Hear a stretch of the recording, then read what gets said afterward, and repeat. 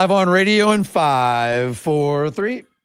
And we are back, folks, here on the Michigan Insider on the Big 1050 WTKA, online at the Big1050.com. Sam Webb, Mr. Ira Weintraub on the other side, and the season is upon us. The first game that we will talk about on the MGoBlog Roundtable of the Bryce Underwood era is the Michigan matchup with New Mexico under the lights. And, I posed this question to Steve Clark the other day. I said, how do you even talk about a team with 75 new players? I don't even know how you scout a team like that. 75 new players. You scout. How do you be a guy with a team with 75 new players? It's impossible. You scout Idaho versus Oregon last year because Idaho they got Idaho's coach and he brought his team with him, so it's a Big Sky team. Yeah, I mean the fans don't even know. The fans don't even know who they're going to be looking at out there, let alone opponents. So, welcoming in the MGoBlog Roundtable crew, starting off, of course, with the man who started it all at MGoBlog, Brian Cook. Brian, good morning. How are you? Good. How are you? Doing great. We have Seth Fisher, who is back. You heard him in the last segment. Seth, how are you? I'm good. Here, stoked to talk about New Mexico and then move on to Oklahoma. And then, of course, Mr. Craig Ross. Craig actually said the words before we came on. He said, New Mexico actually sounds pretty good. He was, of course, he was not being serious. But, Craig, how are you?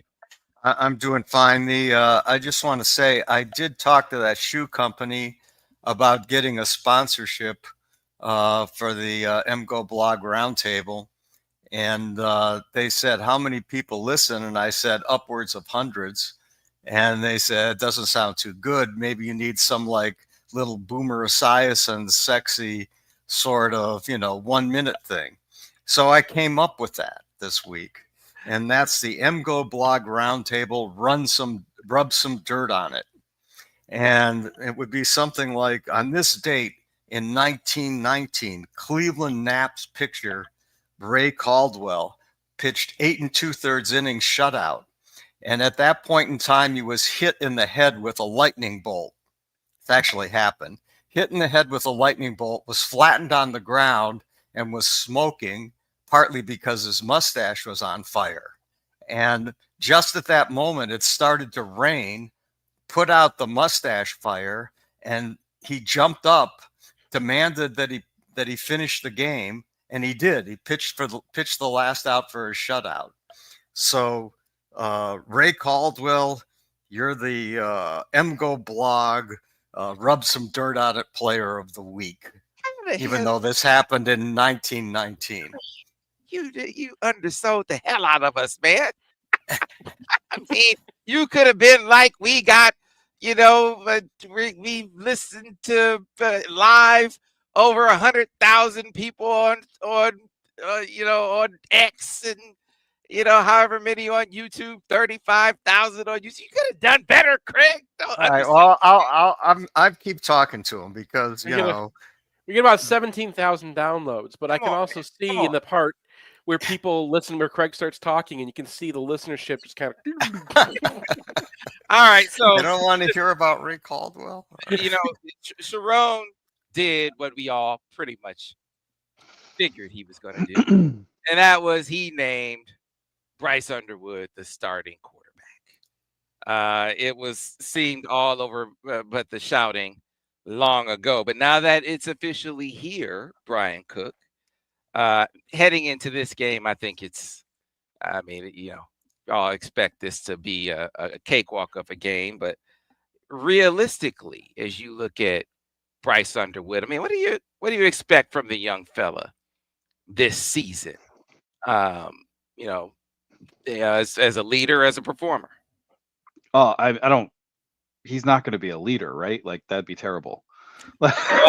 See, but here's the thing.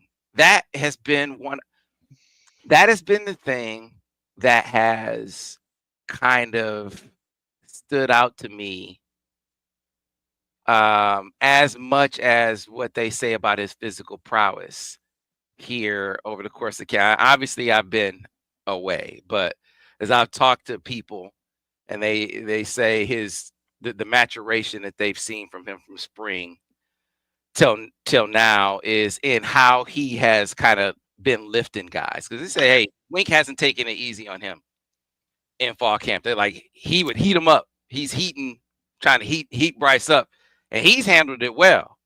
It's like at times, if a guy busts a protection or a guy drops a ball, it's like not really Bryce making the mistake.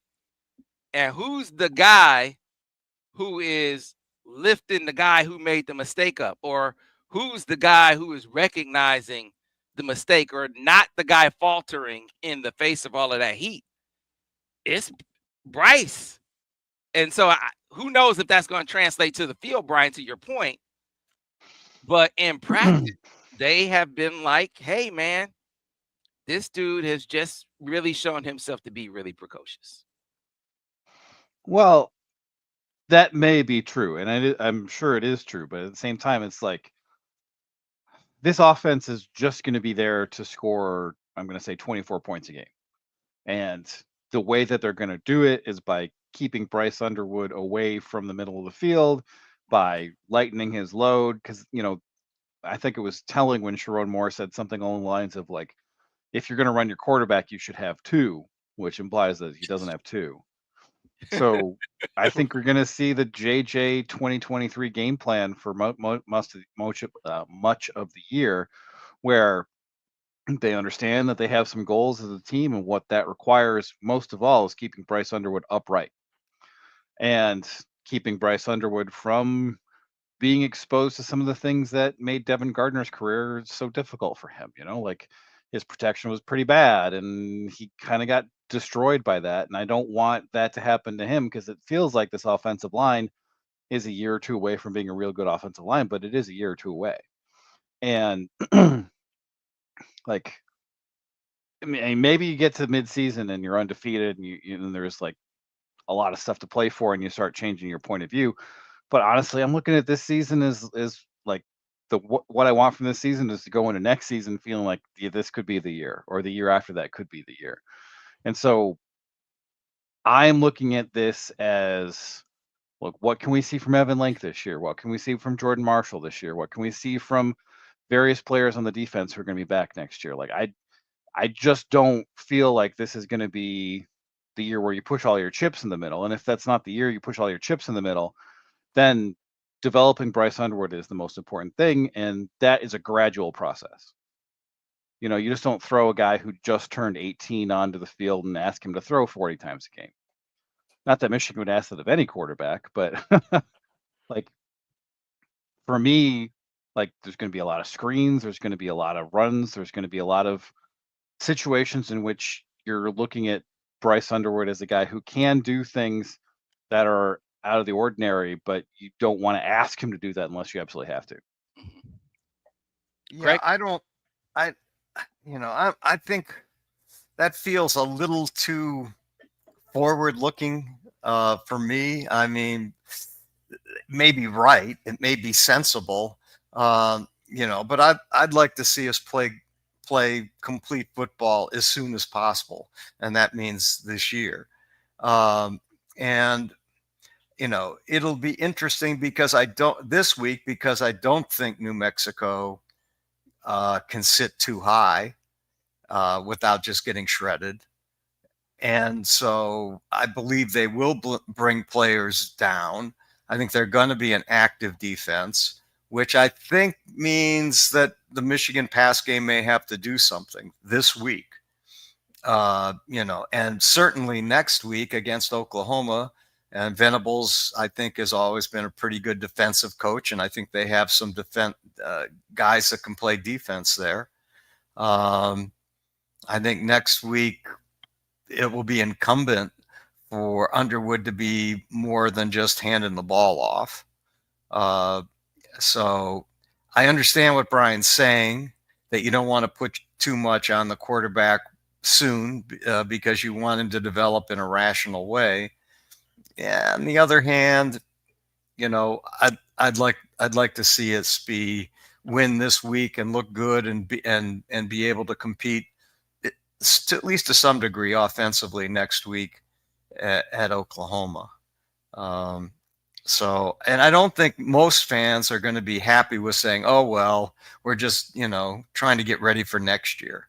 I don't think that's something that no, plays. but like you got to be realistic. Like this I know. is a true freshman quarterback. This is a true True. freshman quarterback who is not like an ECAC defenseman, right? Mm-hmm. Those guys are entering college at 21. Yeah. Like this is a guy who's Karis LeVert, basically. Yeah. And I just like the situation that Michigan finds itself in. They have to start this guy. Is he going to be ready?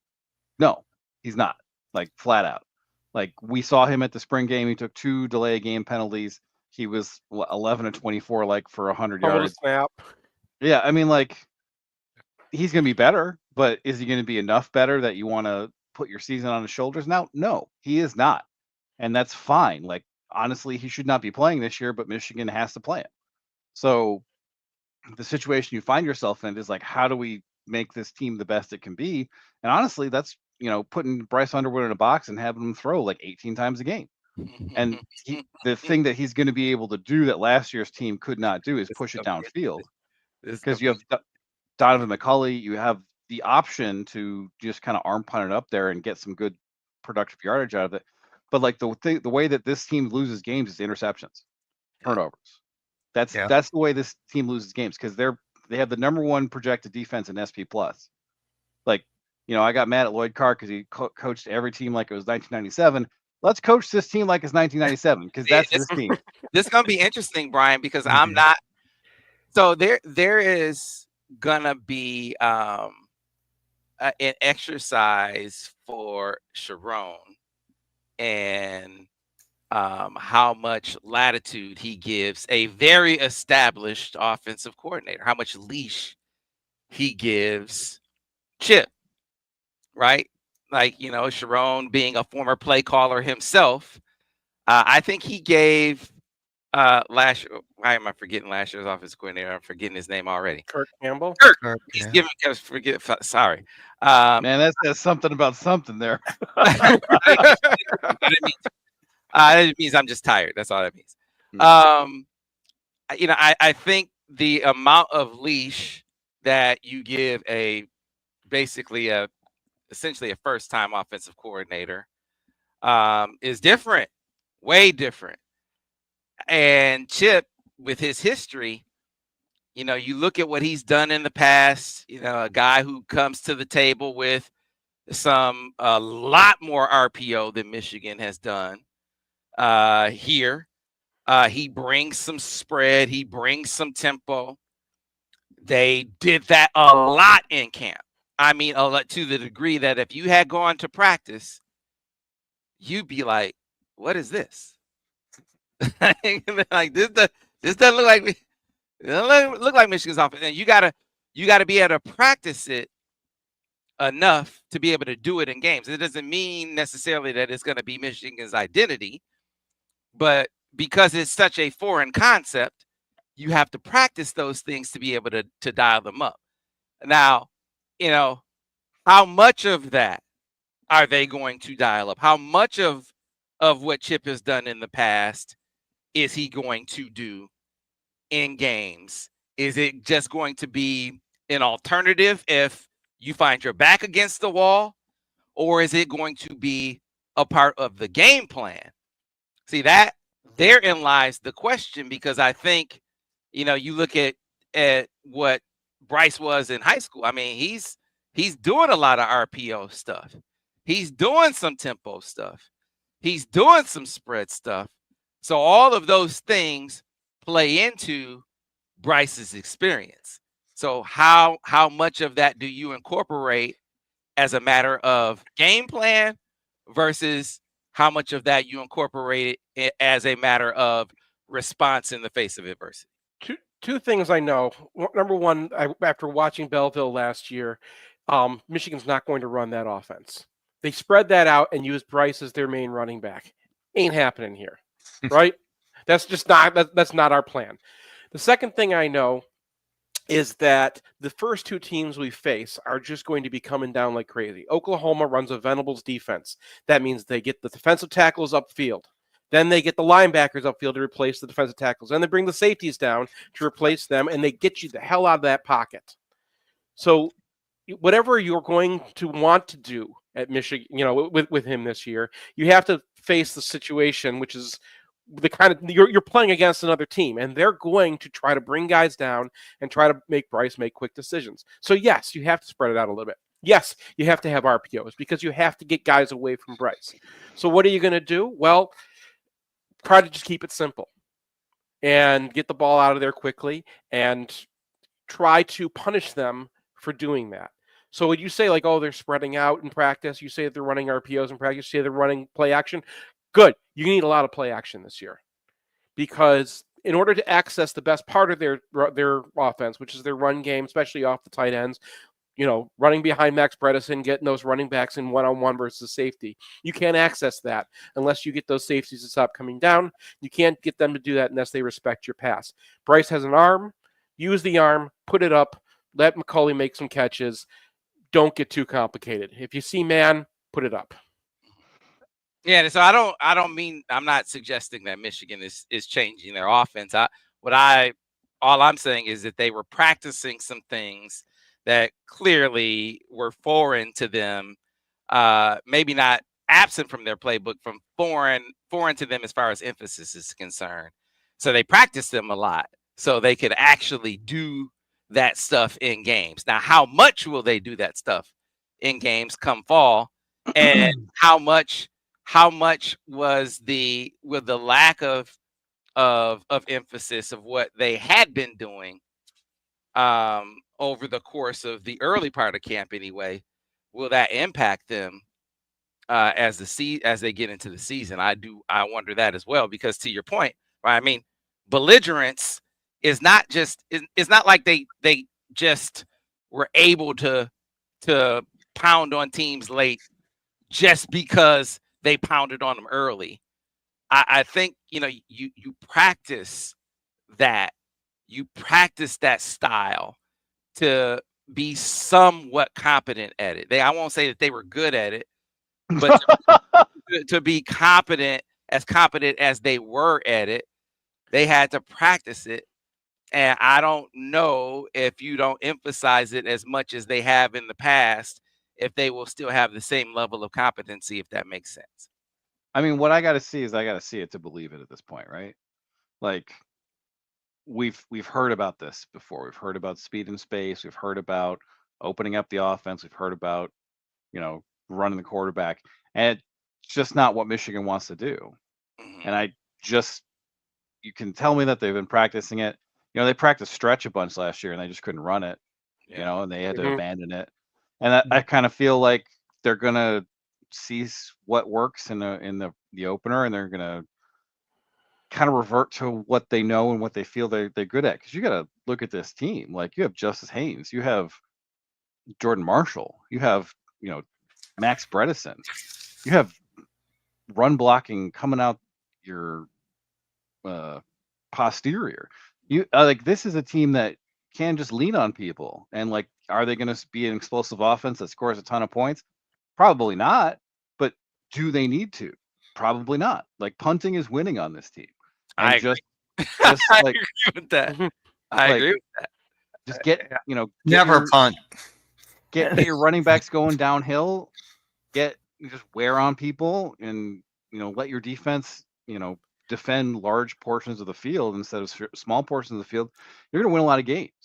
Especially DNA though. That's the thing. So and I'm not saying that he can't be that, but I think that might be a mentality that he adapts to, as opposed to him Michigan adapting to his mentality. Well, I think he may be adapting to their mentality in some ways when it comes to that. Yeah, like Chip Lindsey's job is to come in and fix what's broken, and the run game isn't what's broken. And so what his job is to marry what he can do to what Michigan has already established is their bread and butter. And you see college programs do this all the time, where we don't need to do this stuff anymore. We're going to do something entirely different. How's it going, Luke Fickell? Not so great. How's it going? The state of Nebraska? Not so great. So Yeah, I mean, I want to see Samaj Morgan out there, half the time. But like, I need to see Max Bredesen. I need to see Jalen Hoffman. I need to see the backup fullback. You hear me, Sam? I need to see the backup fullback. Like, this isn't going to be like, toss it around the yard and like put up video game numbers, and it shouldn't be, because low variance is going to win the day here. So like, let's just run the dang ball, Bobo. Let's go. Look, I'm not disagreeing. It's I just think that's going to be it. It's going to be an interesting mesh.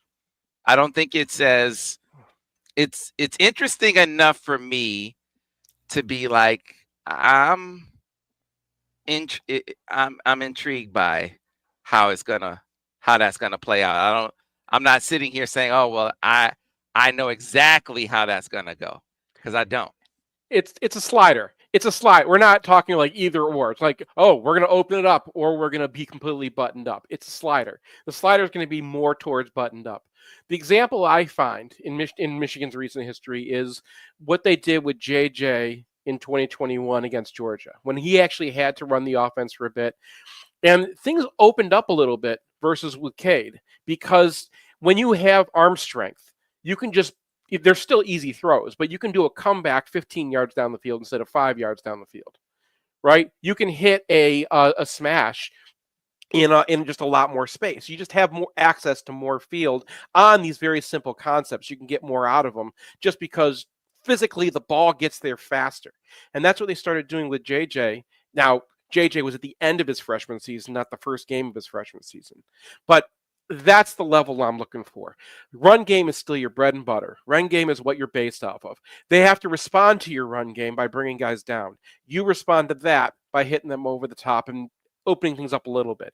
But there's a huge difference between where we were last year, where we couldn't pass it all, and the safeties were at 7 yards, versus what I think it's going to be this year, where those safeties are going to have to be at 10, 15 yards, just because they have the ability to throw the ball on very simple concepts. It's not going to be the 2022 offense. It's certainly not going to be the 2023 offense. It's going to be what JJ looked like in 21. If the safeties are sitting at 10 to 15 yards, I'm happy as a clam to just pound the ball. But I don't think that's what we're going to see. I think we're going to see teams test Michigan. They're going to bring the safeties down. They're going to attack the line of scrimmage and try and stop the run game, which means we've got to have at least some ability to push the safeties back off the line of scrimmage. Well, and if we don't, we're not going to move the ball, in my opinion. Maybe against New Mexico, I don't know, but not against any competent team. I mean, but Brian is the voice of reason here. I mean, you have a guy who can do that for you, right? Mm-hmm. Like, one of the solutions to Bryce Underwood as a freshman is going to be throw it to Nico.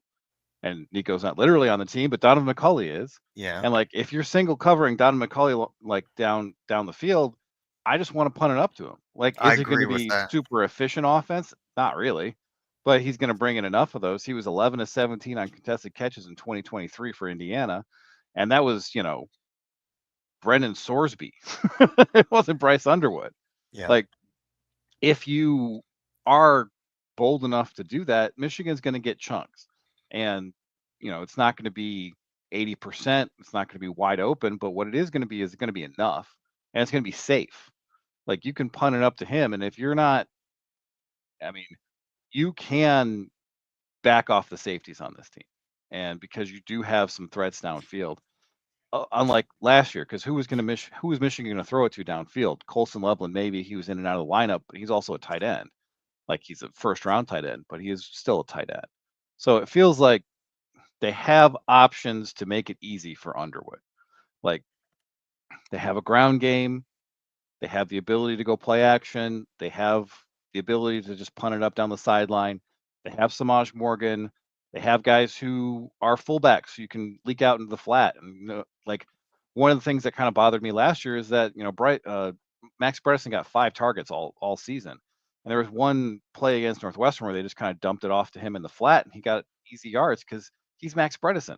Like, you have to put your head down. Like if he's coming and he's threatening a split zone block, you are focused on that split zone block. And they just didn't make it easy for the quarterbacks that needed it. And I hope that's what I see from Chip Lindsey. I hope that Bryce Underwood gets a number of throws per game where it's just like he doesn't have to do a whole lot of thinking. He just has to execute. And it was really hard to tell whether Kirk Campbell was a problem last year or if anybody would have looked like an idiot in that situation. But I do think that there are certain things that would have made things easier for the limited quarterbacks Michigan had a year ago. And Michigan simply didn't do them. So we're talking about how Michigan isn't going to run Bryce Underwood. They're not going to run Bryce Underwood like Alabama ran Jalen Milroe. Jalen Milroe had 150 carries last year. But they got to make it part of the offense. 3, Absolutely. 4, 5 times a game, real reads.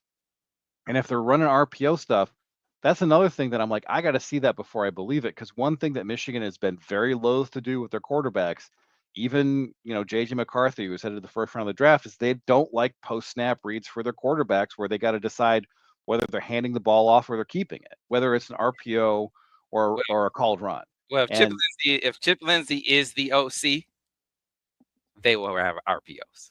Okay, well, that's interesting to me because they have not wanted to do that for 10 years now. Basically, since Harbaugh arrived, there was like this renaissance of RPOs, and there's like a SEC championship game where they bring in Tagovailoa as a true freshman, and he's just ripping Georgia up with RPOs because that's what he learned in high school. I think that's a little bit of a trap these days because defenses are much more sophisticated about dealing with that kind of approach. And so it kind of reminds me of like what Michigan got with Rodriguez, as Rodriguez was at his peak when, the zone read was new in college football and he was the best guy at running it. And once defenses caught up with that and adjusted to it, he kind of like became just a coach, like even in Arizona, he was just a guy. And I kind of feel like 2025 RPOs, you might have missed the boat a little bit, right? Because every defense is going to have a really like defined plan for what to do when they feel they're getting RPO'd. Yeah, I think it philosophically, I think that it sort of went out the window what little of it they did when Gaddis left. He ran a smidge of RPO, and when Sharon and I guess Matt Weiss, but when Sharon got in, I mean they kind of went away. I mean the idea that they weren't going to control their run pass mix was just like that's like a non-starter for them. I don't know that it was necessarily as much that they didn't trust the quarterback to make the reads. I think that was maybe the assumption for some, because I didn't think that JJ was a poor read. I didn't personally think JJ was poor at making reads, poor at making post snap reads. I don't know what you guys thought. It's an expensive install. That's what I was always on about. If you're going to do that, because if you do a little bit of RPO, it's pretty inexpensive, right? There's a safety, read him. Once they start moving guys around, it's really hard to RPO. Then you have to find the guy who's actually in the role that you're supposed to be reading. And like Brian said, defenses have had a long time to adjust. So when they start getting RPOs on their face, they're like, okay, we're just going to switch your role one time, and then all of a sudden your RPO is a potential interception. That's what happened to Indiana against Michigan last year. Yeah, they saw what they were doing. They want to run the ball a certain amount, and you just are not going to be able to do that when you are RPOing. And they felt like they could block all 11. They had a line that could do that. You got an offensive line coach that's an OC. It's going to lend itself to that. Harbaugh's our head coach. We aren't running RPOs. Now, you got a coach or an OC who's coming in, and that's in his DNA. And if you're going to let him be the guy, let him call plays, you're going to basically not have the leash on him. You're going to have RPOs, and they've been running them all camp. I believe you, because what you need, what's Chip Lindsey really? He's the guy that Gus Malzahn kept on bringing in to say, okay, put a pass game on this run game that I have, right? He's the guy you call in if you've already got a run game established. This is what we do. He's going to add things to it to make sure that the things that they do to try to stop you will hurt them. So yeah, there's probably an RPO tag to everything they do.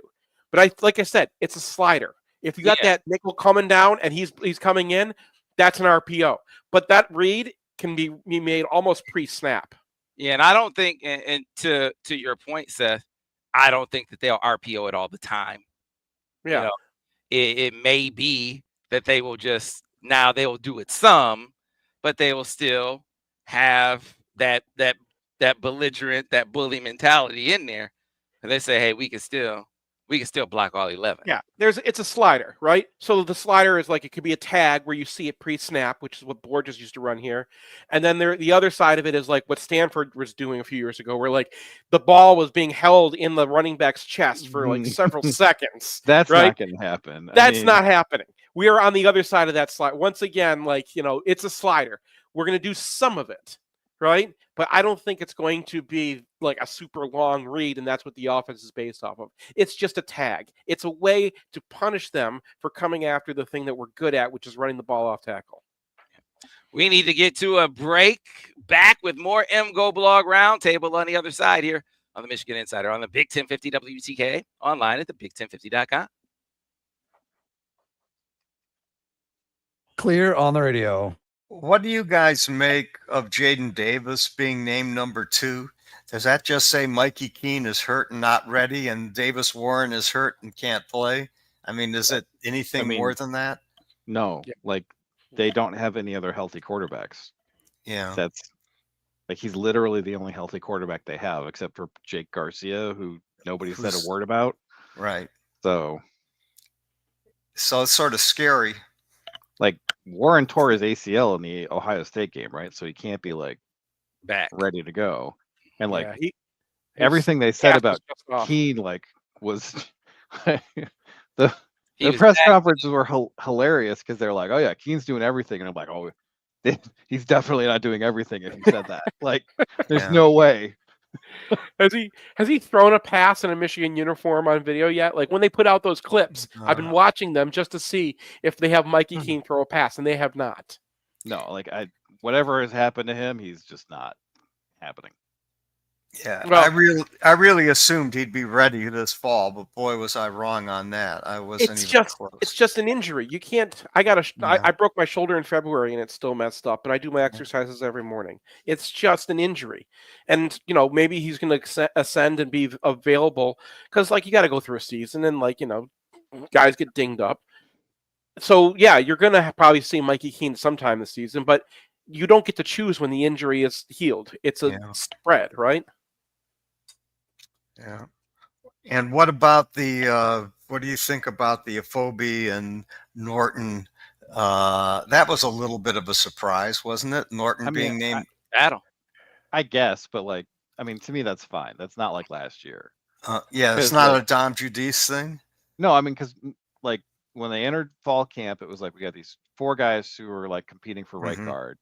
And then like halfway through fall camp, it was like we got these 2 guys competing for right guard, and then Norton won it. And like, he has a season of experience under his belt as a starter. Like, that's not a problem. I actually think that's I see him rising up and beating Afobe. That stands out to me as that's a positive. You know what I'm going to say? My concern is left tackle. I mean, there's just no question. But they're both going to play, and I'm just not convinced that I still think that by the end of the season, you're going to see a different starter at that position. Maybe I'm wrong.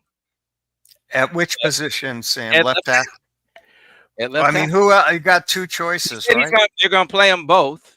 Evan Link's going to start. Blake's going to play. Yeah. And I think it's 2 things that you look at with Blake is, you got to make sure that he's durable enough that his knee holds up. And, how is he in the run game? Evan Link has him in the run game. And then Blake in the pass pro, his athleticism stands out, but can he show himself as formidable in the run game? And you got to see that in games to really play out. I think the competition continues in games.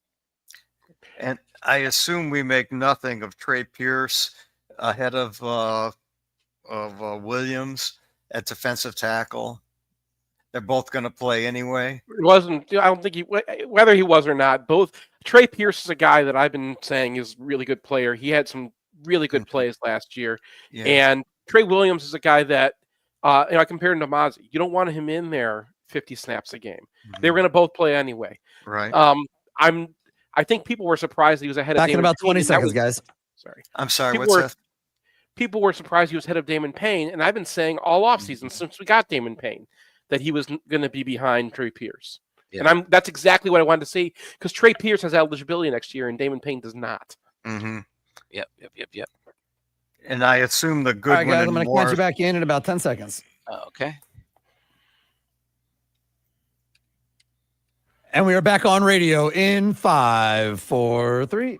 And we are back here on the Michigan Insider on the Big 1050 WTKA, online at the Big1050.com. Before we get back to the MGoBlog Roundtable, I want to tell those of you who are in the market for a new vehicle, you should get on board with Brighton Ford. Go to BrightonFord.com, call 1-800-NEW-FORD, or make it out to the lot at 8240 West Grand River Avenue in Brighton, Michigan. That's where John Cuter and his crew will take great care of you with deals that can't be beaten. Deals like the one on the award-winning Ford F-150 XLT. Get into a 2025 F-150 for $284 a month with $3,500 down, or $381 a month with $500 down. How about a 2025 Ford Explorer Active, $326 a month, $3,500 down, $414 a month with $500 down. Last but not least, a 2025 Ford Bronco Big Bend, $284 a month with $3,500 down, or $360 a month with $500 down. For those and other great deals, get on board with Brighton Ford. But go to BrightonFord.com, call 1-800-NEW-FORD. Make it out to the lot at 8240 West Grand River Avenue in Brighton, Michigan. Guys, I don't know if there are any other positional surprises or battles for Michigan that you wanted to touch on. You can feel free to, if you want to interject with those, but also wanted to touch on the big opening week matchups across the college football landscape, of course, focusing down there at Ohio State, where I think we can all celebrate, because I'm with Michigan fans as I put the plea out to the Buckeyes in the room, because they come and watch every week. Can my Buckeyes, you know I love you. I know some of y'all love me. I want to celebrate too. The I Can't Beat Michigan National Championship. Because if you look on the cup, there it commemorates on that national championship cup last year's game at the Horseshoe, that last regular season game. Michigan is recognized pretty prominently on that cup. So Buckeyes, can you please send me a national championship cup? A few to the station. Buckeyes, can you help a brother out? Because Michigan doesn't come to the stadium this year, so I can't get one for myself. So I would love it if you guys would send me some championship cups. I would love that, because we're celebrating the championship too, because Michigan had a part in it, just so you know. So, but Michigan or Ohio State, Texas this weekend, Clemson, LSU this weekend, Miami, Notre Dame this weekend. This is a huge, huge opening weekend for college football, guys. It is. Sam, I think you're probably the second most popular person in Columbus, right after Dave Portnoy. I think you got Portnoy and then Sam Webb, probably in more or less that order in Columbus. Well, what do you think about the Texas-Ohio State game? I think Ohio State is going to win that game. Not sold at this point on Texas, but how can you know? It's an opener. Anybody got any feelings on that, other than it's a tough game for Texas in Columbus? I mean, they got Patricia as the defensive coordinator. You're sold on Matt Patricia? I'm not sold on Matt Patricia, no. Usually it takes a little while for the wheels to fall off the bus, though. Yeah. Like, we have this concept of the Wile E. Coyote year, where your coach leaves. And you got 1 year where it's like, this is okay, because it's still like a lot of holdovers, a lot of the same stuff. And then it's the second year where things really kind of come to a head. So they might be okay to start because they have a pretty good founding. But one of the things that really leaps out is that, like, when's the last time Matt Patricia did anything you could call a good job? Right. Like, he was with the Eagles for all year, and they were like, we need to get rid of this guy. And they immediately won the Super Bowl. Like, immediately. So it feels like, I don't know. It feels like that's a real big downgrade from Jim Knowles. Like, we've had our fun with Jim Knowles, but he's an established college coordinator, right? He's a guy who's been around the block, knew what he was doing, knew what he was looking at, knew where the hashes were.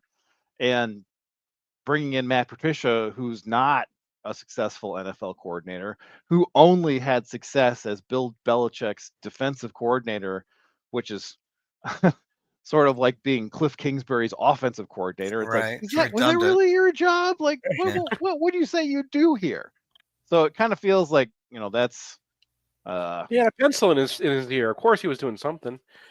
he was doing something. But yeah, I feel like that's a real toss-up, right? Because you have two new quarterbacks, you have a lot of hype for Arch Manning, but San has Jeremiah Smith to throw to, a ton of talent on both sides, and like, it's a really interesting week one game that, like, if I was either if I was either coach, I'd be looking at my athletic director. I was like, why is this week one?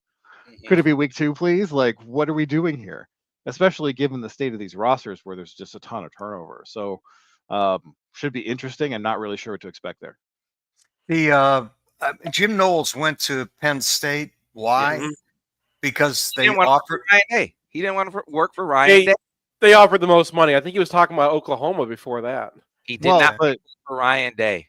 so, Yeah. but like, if they wanted to keep him, they could have kept him, right? Right. Like, if Ohio State, like, He did not want to work for Ryan Day. okay, well, that seems like We it's a got little bit of. It seems like that's a little bit of a trend, right? Because Alford didn't want to work for Ryan Day, and the guys that Ryan Day keeps importing are sort of widely renowned as like the worst people in football, like, because everybody hates Chip Kelly, not Chip Kelly. I'm sorry.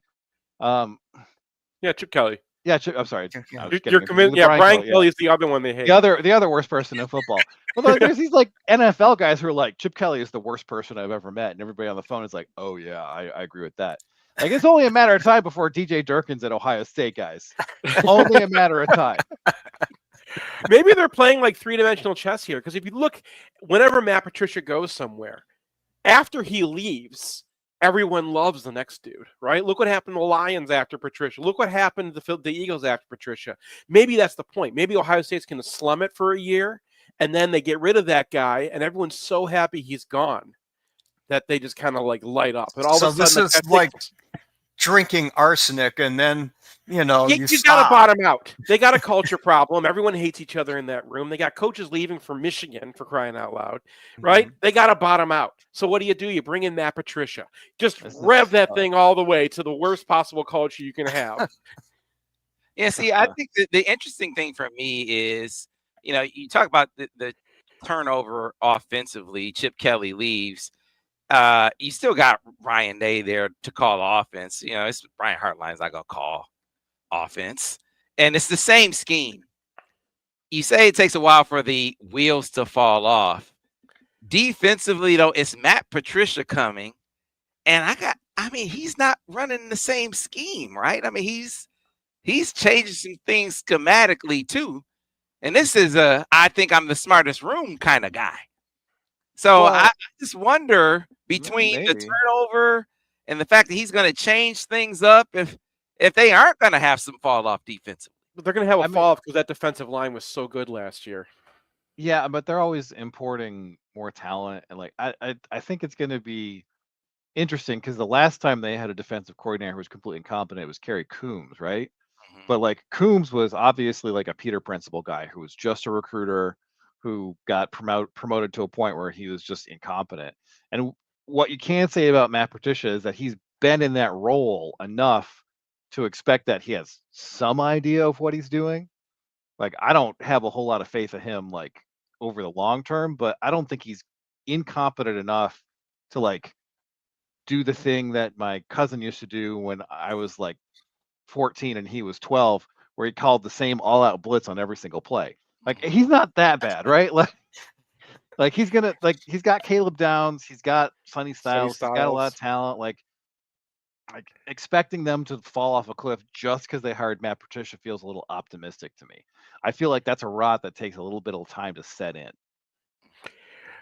Brian Hartline, I mean, he was kind of Peter Principled into that job, but that's all they really need to do, right? Like Hartline's going to be like, hey, let's throw the ball to Jeremiah Smith. That is probably just going to work. Probably a pretty good tactic. I mean, but you can call Hartline whatever you want. He's not the offensive coordinator, right? Like it's either Ryan Day or it's Chip Kelly. And Chip Kelly's not there anymore, but yeah. Oh, he's not? No. I did not know that. Yeah, he's out. Well, but like it's Ryan Day's offense, right? And if like things start going a little bit haywire, what he's going to do is he's going to take that back. So like I don't necessarily think it's the same thing because Ryan Day's issue with Coombs was like he wasn't a defensive guy, so he couldn't step in and fix things. So if there's issues with Hartline, then he can step in and fix things because that's what his specialty is. And as Seth says, also it's not that hard. Like just don't run the ball at Mason Graham. Easy peasy, buddy. Right. Like, you know, if Hartline just kind of goes back to his thing, right, and keeps his guys happy, he's got some good players, right? It's not just Jeremiah Smith. He's got so much talent in that wide receiver room. The wide receiver room's crazy. I mean, they do have some question marks. Like on the offensive line, they're replacing a lot of guys. Like they don't have that 1-2 punch at running back. I'm not sure how much it's going to matter up against like pretty much the entire schedule, but Texas is a team that it might matter against. So it's going to be a slobber knocker, perhaps. Well, it's not going to be a slobber knocker because that implies a lot of running the ball. It's going to be an interesting, tight game that unfortunately does not really affect the playoff picture very much. That's kind of a downside of the current state of college football. Is that whoever loses the game in week 1, it's like, all right, well, we'll still go 10-2 and make the playoff. It's like, well, that sucks. Like that's not. That kind of lowers the stakes. As long as the game is close, I don't see it having any impact on who makes the playoffs. If Ohio State loses by 4 and Texas is 4-8, it won't matter.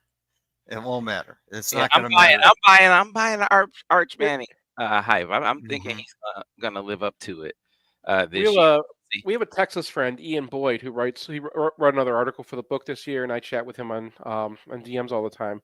His thought is that Texas's problem is usually a really smart quarterback, right? So like you can look at like they lost the game to Washington in 23 and whatnot. Like when you have a senior quarterback, you pick them apart and knows what they're doing because they're a fairly simple defense. He thinks that Sayan is probably not going to be ready to take on what Texas is going to show them because they like to they give you a lot of looks, but if you can figure it out, then you're dead. So he would be more afraid of like a Penix than a Julian Sayin in his first game starting. Yeah, real quick on a couple of the other ones. You buying Brian Kelly, the other Kelly, this being his year to bring LSU back, or can Dabo bring Clemson back this year? Clemson LSU. I mean, early in the season, I'm always going with the best defensive line, and that's Clemson.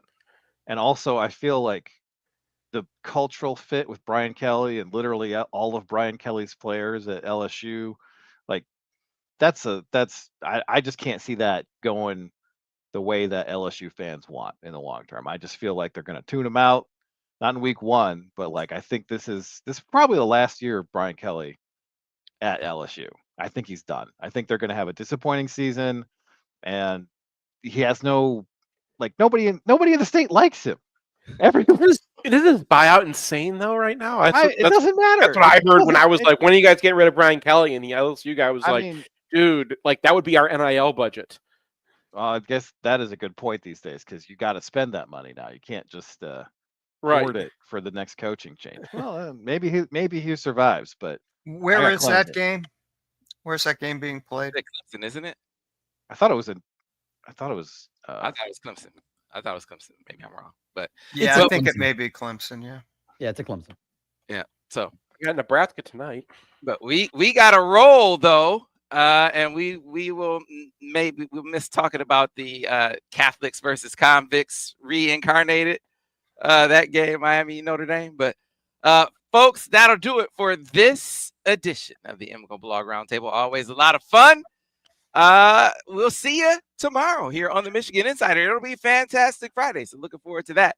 Thanks for watching and thanks for listening to the Michigan Insider on the Big 1050 WTKA online.